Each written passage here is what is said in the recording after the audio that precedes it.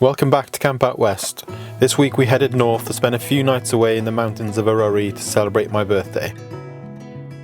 North Wales is a very special place for us, as it's where we got engaged 9 years ago. We booked a little cabin to spend a few nights away, which turned out to be completely off-grid.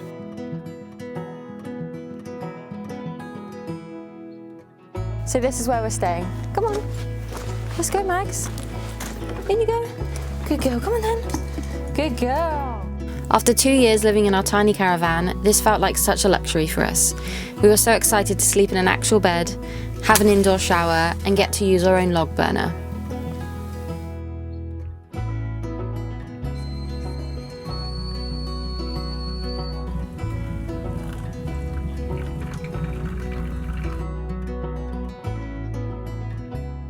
So without even knowing, when we booked this place, we didn't realise it is off-grid. So we are up a mountain quite a long way that we've come up in the little buggy.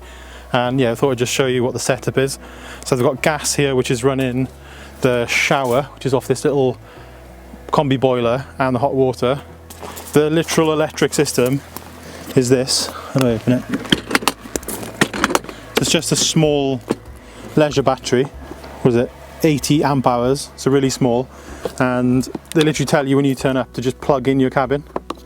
So it'll be interesting to see if, you know, the little battery is enough for us to stay here. We're only staying here 2 nights.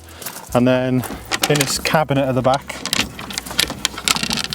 they've got a combi boiler in here, and the toilet's actually a cassette toilet, so similar to what you get in a caravan. So we're very much used to that. And I think from what they've told us, they'll come up every day, they'll take the grey water, top up the fresh water, and then take away the cassette. So it'd be interesting to see how easy it is to use. Again, just as an idea for what we're going to be doing in the future. We have planned to have LPG gas running a combi boiler in our cabin setup, but this is quite interesting. So it means that you can run 2 gas bottles. So, you know, if it's a cold winter or whatever and you run out of gas, you can literally flip this switch over, and then you don't have to mess around in the night or whatever putting on a new bottle. So it's quite a good system to see. So one cool thing with this has got the round corrugation, like the old school style, like what we're going with the cabin. I've actually planned to have like 100mm by 100mm metal flashing to cover the corners, but they've actually just bent the sheet round, and that actually is really nice looking. And I'm guessing obviously fully waterproof. So maybe we'll reconsider our flashing option. Our cabin also had a mountain sauna overlooking the lake, which we booked to use tonight. So we've booked in at 7 o'clock tonight, and it is the 1st of November. So it's going to be pitch black, so it's going to be fun coming across the moor to here later on. But we have actually been thinking about buying a sauna, and that's something we want for our glamping site for guests in the future. And this just happens to be the brand we've been looking at. So they're on the more affordable end of the market. So they're made of pine softwood. So it's really cool to be able to have a look at one, and they actually look quite well made. So yeah, we're going to show you inside.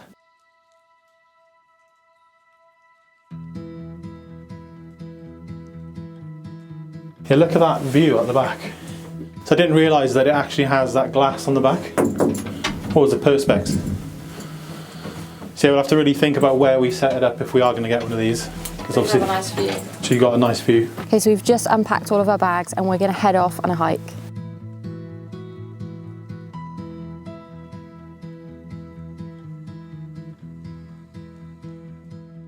So they've got these cool battery-powered golf buggies, and they've had these waterproof canopies made over the top.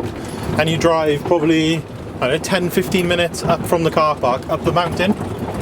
And then every time if you want to leave, you plug it all back in, and then once you've come back from town or your hike, you've got a fully charged buggy. We stayed in Blaenau Festiniog. Em booked this trip last minute, not realising it was the school holidays, so a lot of the more well-known mountain walks were really busy. Luckily we met someone local from the village who suggested a walk started from Carmarthen. This would take us up the old Snowdonia Slate Trail, so we headed for that.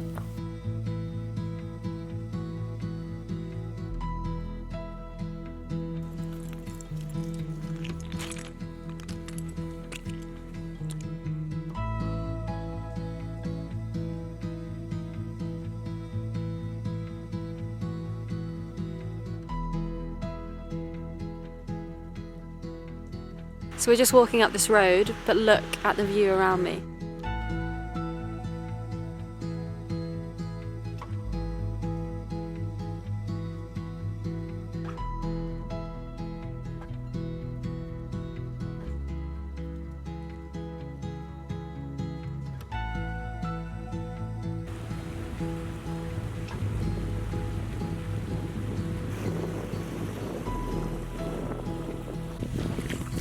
Look how beautiful.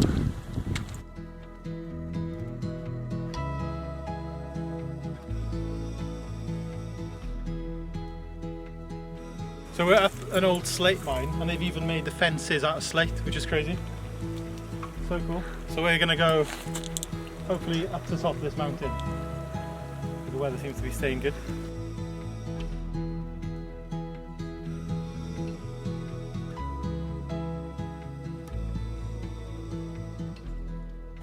That would make an amazing wedding venue, wouldn't it? There's a house over there as well. What, in between the trees?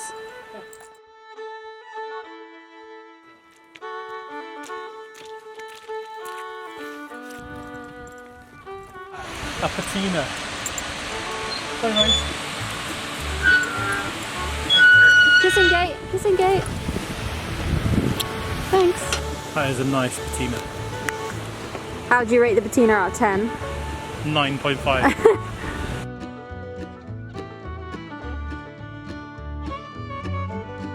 Getting pretty high up now, aren't we?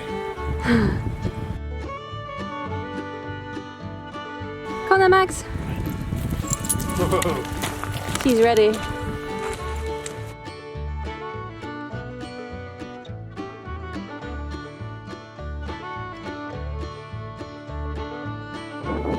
This is what we are walking up. Let's go.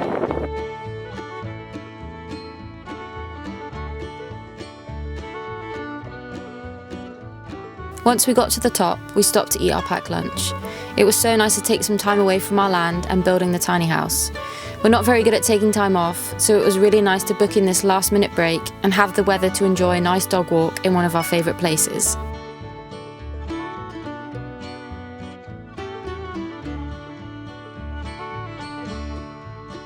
After lunch, it was time to head back.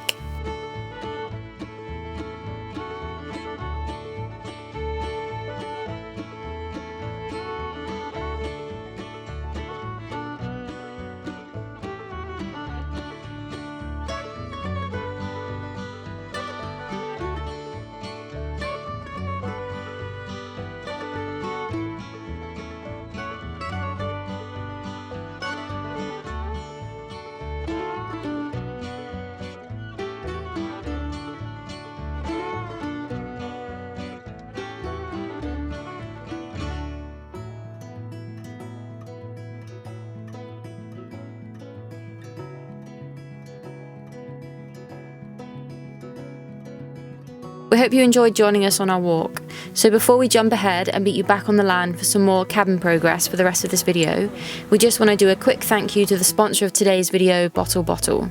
If you're new to Bottle, they make eco-friendly water bottles and travel cups. On this trip, we've been using the Hydro X bottle, which can keep your drinks ice cold for up to 12 hours. We love its dual-purpose lid with its straw and pour top, and its clever built-in storage. If you're someone like me that takes medication daily, this is so handy. I also love their 2-in-1 insulated cup, which I use every day on our dog walks. It can keep drinks hot for up to 12 hours and cold for 24. I love the easy twist-off bottom section, which I normally use to store my snacks in on long walks. John loves their Hippo Shaker. It has a double-layer vacuum insulation, handy carabiner, and powder ball inside to easily mix any electrolyte or protein powders. We also love their classic jug bottle for Maggie. We love that it comes with a bag and shoulder strap, making it easy to bring with us on dog walks for easy hydration on the go. It also has a dual-use straw lid and paw twist cap. If you're looking for a new water bottle or travel cup, just head to the link in our bio to discover more from Bottle. So we're back on the land. We've had a couple of good days away, but back to reality now and back onto the cabin build. So the last update we put on the cabin was us finishing the front roof sheets on the cabin. And at the end of that video, I mentioned I had no idea how to put the ridge cap on the roof, mainly because I'm just afraid to go up there. We had a lot of good feedback from people and good advice. A lot of the advice was just man up and climb up onto the side and straddle the roof as you do it. There's no way I'm doing that. But there was one really nice piece of advice was, if you haven't put the sheeting on the back of the roof yet, why don't we put a sheet on, do the ridge cap, and then basically go in stages across the top. So that sounded like something I'd be able to do. So that's going to be the method we're going to be trying today. We've also got to work around the Velux window. So there's going to be some cutting of the sheets involved today. So yeah, we're not sure yet. Are we going to use a grinder or we're going to try using aviation shears? So that'd be interesting. So let's get back on the scaffolding and crack on. Our first job was attaching all our counterbatting on the roof that we will attach our roofing sheets to, just like we did on the other side.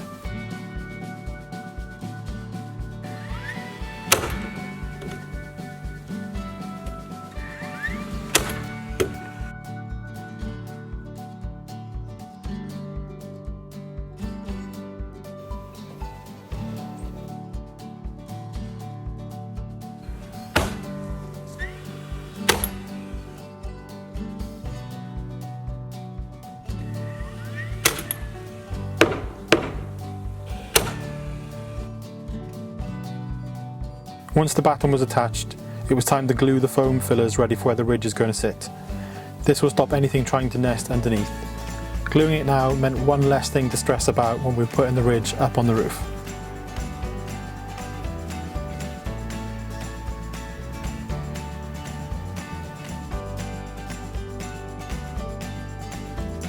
Then we were ready to attach our first roof sheet on the back of the cabin roof.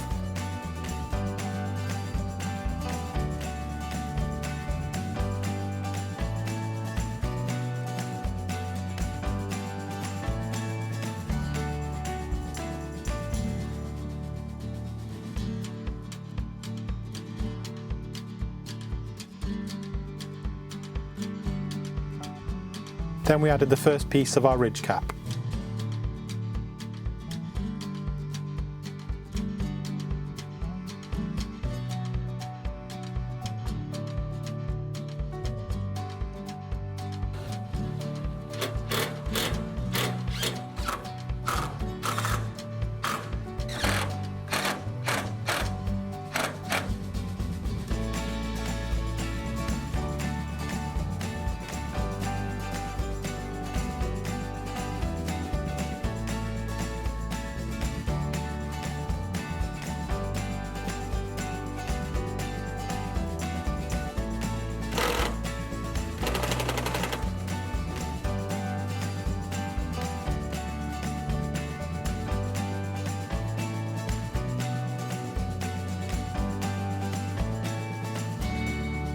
Thanks to Gary Hollowell, who suggested us to attach the ridge cap first and then slide the roofing sheets under as we work across the roof. It worked perfectly.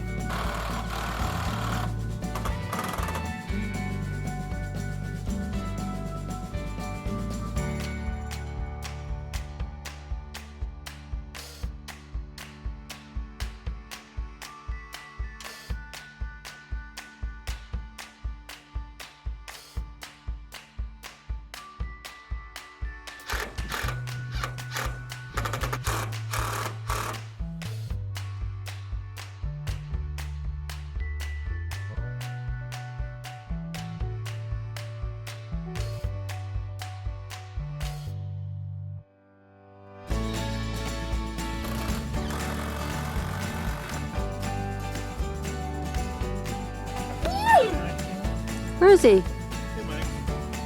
He's there. Oh.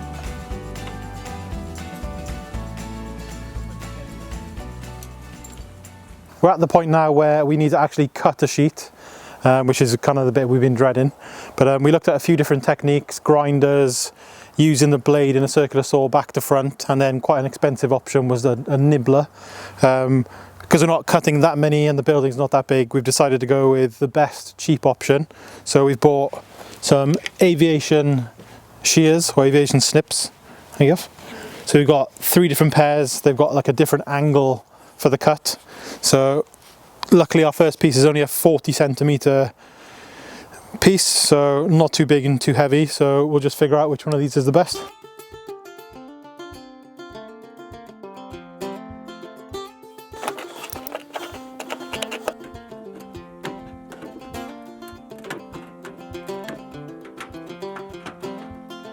So that's the finish I've got with the aviation shears. Doesn't really matter for this piece because it's going to be hidden. But any of the cuts across the sheets that I'm going to see, I think I'm going to have to use the circular saw.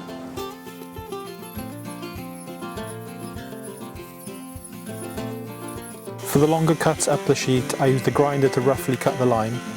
cutting the sheet slightly bigger than I needed, then I trimmed it down with the snips for a clean edge.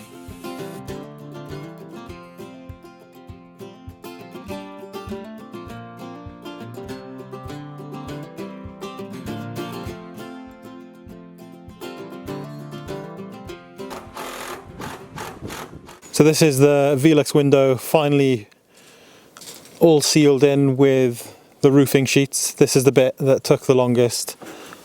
So this top area here I found really hard, sort of leaning over the window and then trying to get to the ridge cap.